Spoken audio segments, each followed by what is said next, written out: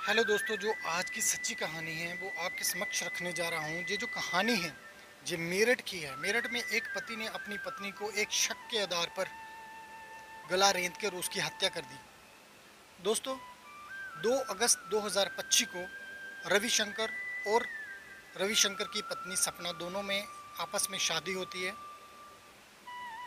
रविशंकर जो होता है वो सपना की कुछ बातों से ना खुश होता है,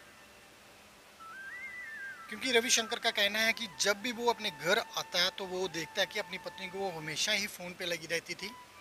जब मैं उसे पूछता था कि किसका फ़ोन आया है तो वो बताती थी भी कि उसके जीजा जी का फ़ोन आया है या उसकी बड़ी बहन का फ़ोन आया है। रविशंकर का ये भी कहना है, रविशंकर कहता है कि जब वह अपनी दुकान पे सुबह जा रहा होता तब भी वह अपने जीजा जी के साथ फ़ोन पे लगी रहती थी और कई बार अपनी बड़ी बहन के साथ फ़ोन पे लगी रहती थी। रविशंकर का कहना है कि मैंने अपनी बीवी को कई बार समझाया, उसने अपनी पत्नी सपना को कई बार समझाया कि तुम ज़्यादा फ़ोन मत किया करो, तुम्हें अब अपनी गृहस्थी पर की ओर ध्यान देना है, अपने घर की ओर देखो, अपने घर बाहर की ओर देखो, अब इसके ऊपर तुम्हें ध्यान देना है।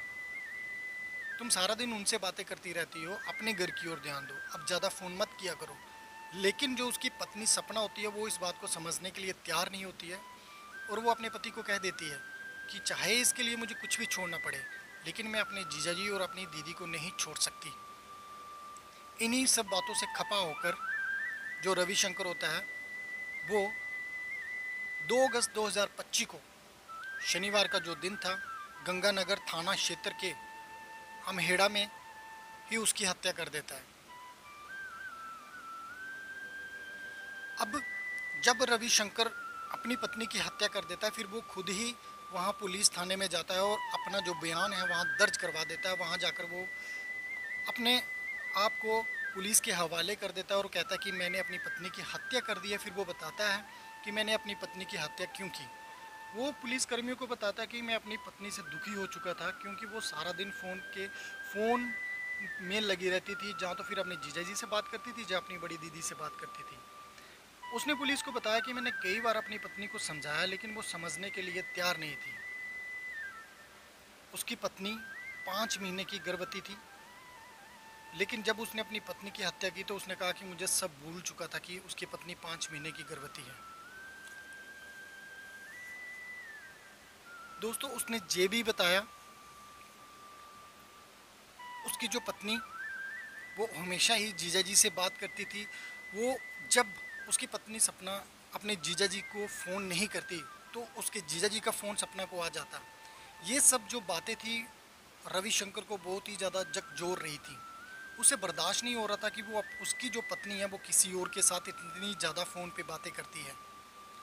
रविशंकर ने कहा कि मैं अंदर ही अंदर घुट रहा था, इसलिए जब मेरी पत्नी अपने जीजा जी के घर गई हुई थी तो मैंने वहां जाकर ही उसकी गला रेत करके हत्या कर दी। और फिर पुलिस थाने में आकर उसने अपना बयान दर्ज करवा दिया।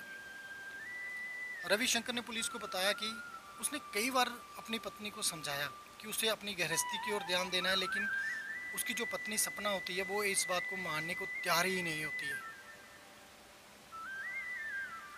गंगानगर इंस्पेक्टर अनूप सिंह ने बताया कि आरोपी रविशंकर ने अपना गुनाह तो कबूल कर लिया है, वहीं सपना की जीजा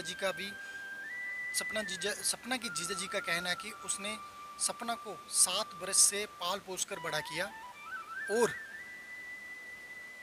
उसका उनके साथ बड़ा अच्छा स्नेह था, वो उनकी बेटी जैसी थी, इसलिए वो उनकी फ़िक्र करते थे, इसलिए वो फ़ोन पे बातचीत करते थे और उन्हें अंदाज़ा भी नहीं था कि रविशंकर मिलने के बहाने उनके घर आएगा और उसके हत्या कर देगा। अभी ये जो सारा मामला है ये गंगानगर इंस्पेक्टर अनूप सिंह के हवाले है। अभी देखो क्या आगे सबूत में आता है, कौन और किसकी गलती होती है और क्या कार्रवाई होती है पुलिस की। धन्यवाद।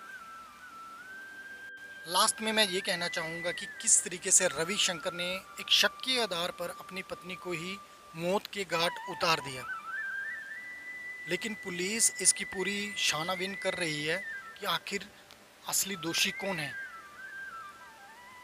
रविशंकर तो पुलिस के सामने जा कर के उसने अपना गुनाह कबूल कर लिया, उसे सलाखों के पीछे तो पुलिस डाल ही देगी। लेकिन अब उसके जीजा जी का जो भी मसला है, जो जीजा जी उससे ज़्यादा बातचीत करते थे, अभी ये उसकी पूरी जो छानबीन है ये पुलिस कर लेगी। लेकिन हम ये कहना चाहेंगे कि एक शक के आधार पर किस तरीके से एक महिला की मौत हो जाती है और उसकी मौत उसी के पति के हाथ हो जाती है। और लास्ट में ये कहेंगे कि हमें अपने घर की ओर ध्यान देना चाहिए, ना कि फजूल बातों की ओर या फजूल चीज़ों की ओर ध्यान दें। कहानी आपको कैसी लगी? मेरठ की एक सच्ची कहानी है। अच्छी लगी तो उसे ज़्यादा से ज़्यादा लाइक कमेंट और शेयर करिए, ताकि आगे आपके लिए और अच्छी अच्छी कहानी लेके आ सकूँ। धन्यवाद।